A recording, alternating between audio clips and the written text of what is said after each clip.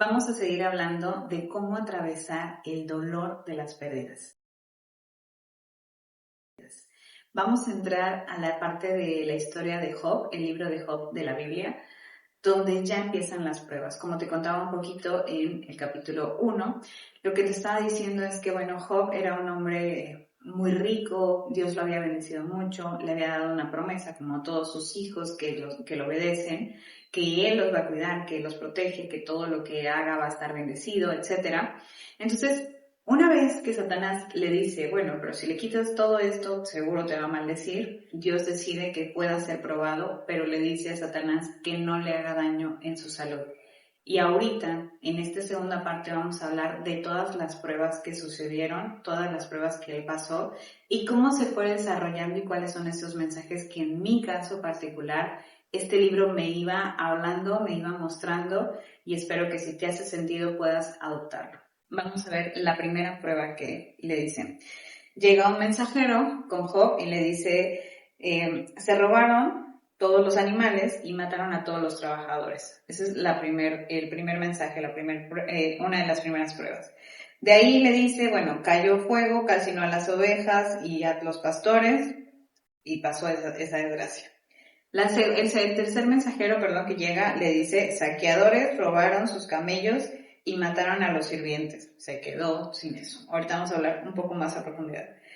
La cuarta noticia o el cuarto mensajero que llega le dice, un fuerte viento tiró la casa donde sus hijos estaban y los mató. Estaban reunidos todos sus hijos y los mató. Entonces, después de que estos mensajeros llegan, la Biblia dice, Job se levantó y rasgó su vestido en señal de dolor, después se rasuró la cabeza y se postró en el suelo para adorar.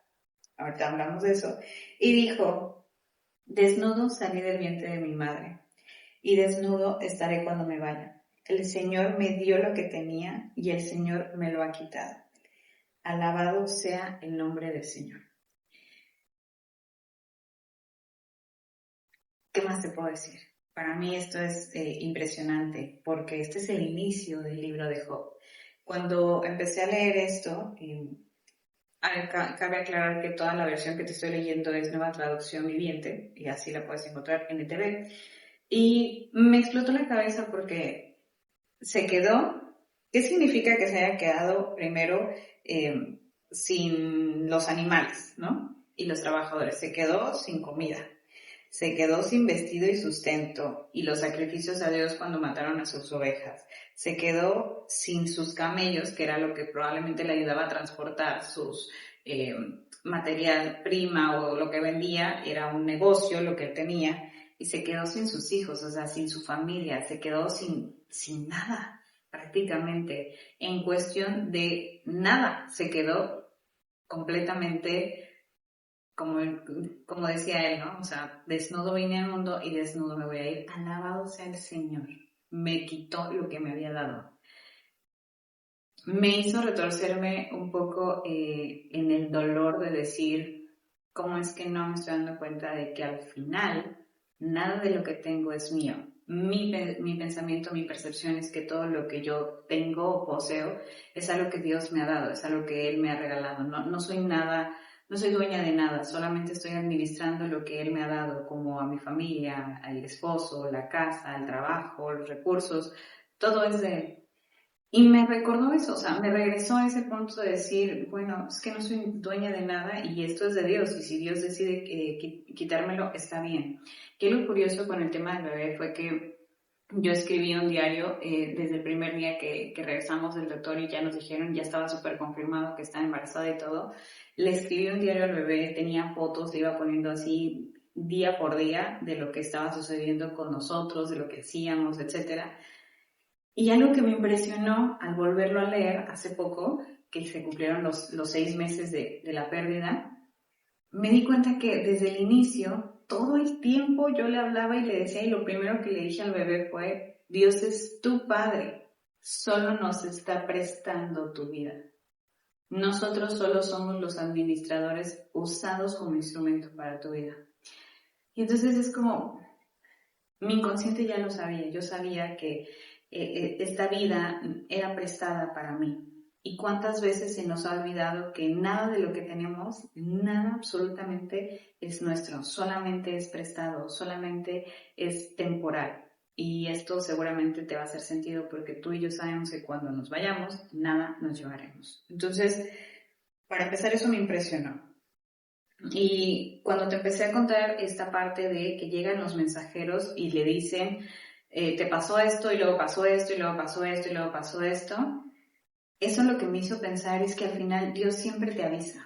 No sé si te ha sucedido, pero a mí me ha pasado muchas veces que antes de que va a suceder algo, por ejemplo, hablando de la pérdida del bebé, como que yo sentía que como no estábamos separados y prácticamente fue una sorpresa, lo deseábamos, pero era una sorpresa, como que yo sentía que Dios me estaba avisando algo, como que sea precavida, que tenga cuidado, porque no lo estaba haciendo, evidentemente. Y esto es como con muchas cosas, como que tu intuición, el Espíritu Santo, esa brújula que nos va llevando siempre a Cristo, te va avisando, te va diciendo, ten cuidado con esto, puede pasar aquello, puede pasar esto, y Dios siempre te avisa, siempre te prevé. A veces no lo escuchamos, a veces no ponemos atención, sabemos que algo puede pasar. Es como cuando estás acelerando el auto y sabes que vas a llevar a un límite de velocidad que ya no es sano, que ya no es correcto, pero sigues pisando para ver. O cuando quieres provocar a alguien y sigues tocando la herida para ver hasta dónde llega. Siento que Dios nos lleva a eso, ¿sabes? Como nos va avisando, nos va avisando, nos va avisando, pero nosotros queremos llegar al límite de esa situación o de ese tema para ver qué pasa. Entonces, Dios le avisó esto, esto y esto. Entonces, me parece extraordinario que de cierta manera podamos ser avisados por Dios o ya con las circunstancias, y vamos a seguir profundizando en este tema, pero eso fue una de las cosas que me saltó. Y hablando de todo lo que le quitaron, algo interesante de esta parte de este capítulo que te estoy leyendo es, dice, ¿no? Se postró en el suelo para adorar. La palabra adorar significa postrarse, inclinarse, reverencia, rendirse completamente. Es una muestra de sumisión y de respeto. Me hace pensar cuántas veces yo digo que me rindo, pero no me rindo.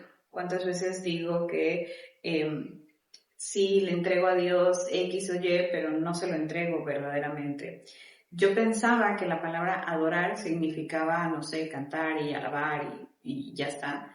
Y cuando entiendo la profundidad de la palabra adorar y de a lo que se refiere, puedo entender que como ser humano nos cuesta mucho rendirnos, como seres humanos queremos ser autosuficientes y querer resolver todo en nuestras fuerzas, porque ese es nuestro cerebro, está diseñado para eso, para solucionar, para encontrar problemas, cacharse y solucionarlos. Sin embargo, si tú crees en Dios, seas de la religión que seas, seas de la denominación que seas, si tú crees en Dios y tienes tu vida entregada a Cristo, probablemente recordarás constantemente entregarle tu vida a Él y todas tus circunstancias y todas tus preocupaciones. Me caché que probablemente yo no estaba adorando al Señor, yo no me estaba rindiendo, yo solamente estaba queriendo sanar ese duelo y esa pérdida con mis fuerzas y con herramientas que son funcionales, herramientas psicológicas, herramientas de crecimiento personal y de sanación que son funcionales, pero la verdadera sanación de raíz viene de Dios. Y eso me hizo entender que en verdad no le estaba entregando este dolor y esa pérdida a Dios. Y ahí es donde pude literalmente adorarlo, rendirme, entregarle ese dolor, sabiendo que, como lo vimos en el capítulo primero, sabiendo que Dios tiene el control de todo y que me está protegiendo y que siempre lo ha hecho y que esta circunstancia, a pesar de que es dolorosa, me sigue cuidando mi salud, sigue cuidando de mí, a pesar de que ya pasaron muchas circunstancias, me pudo avisar en este momento y no me está tomando de sorpresa el saber que Él me está cuidando. Sí, la situación y la prueba, eso sí, a lo mejor, pero no me cabe en la cabeza cómo me puedo sorprender de decir, pero Dios me abandonó. No necesariamente. Y esa es la siguiente parte donde vamos a empezar a ver qué onda con Job y qué empezó a decir, porque te aseguro que tú y yo lo hemos hecho, yo lo hice, con estas ideas de pero ¿cómo es que me pasa esto? ¿Cómo es que Dios lo permite? Sí, gracias Dios, porque tú me diste todo y tú me lo quitas, está muy bien, eso es lo que dijo Job, pero ¿qué onda? ¿Por qué me está pasando esto? Ese es el siguiente capítulo que vamos a ver, así que quédate para que nos veamos en el siguiente.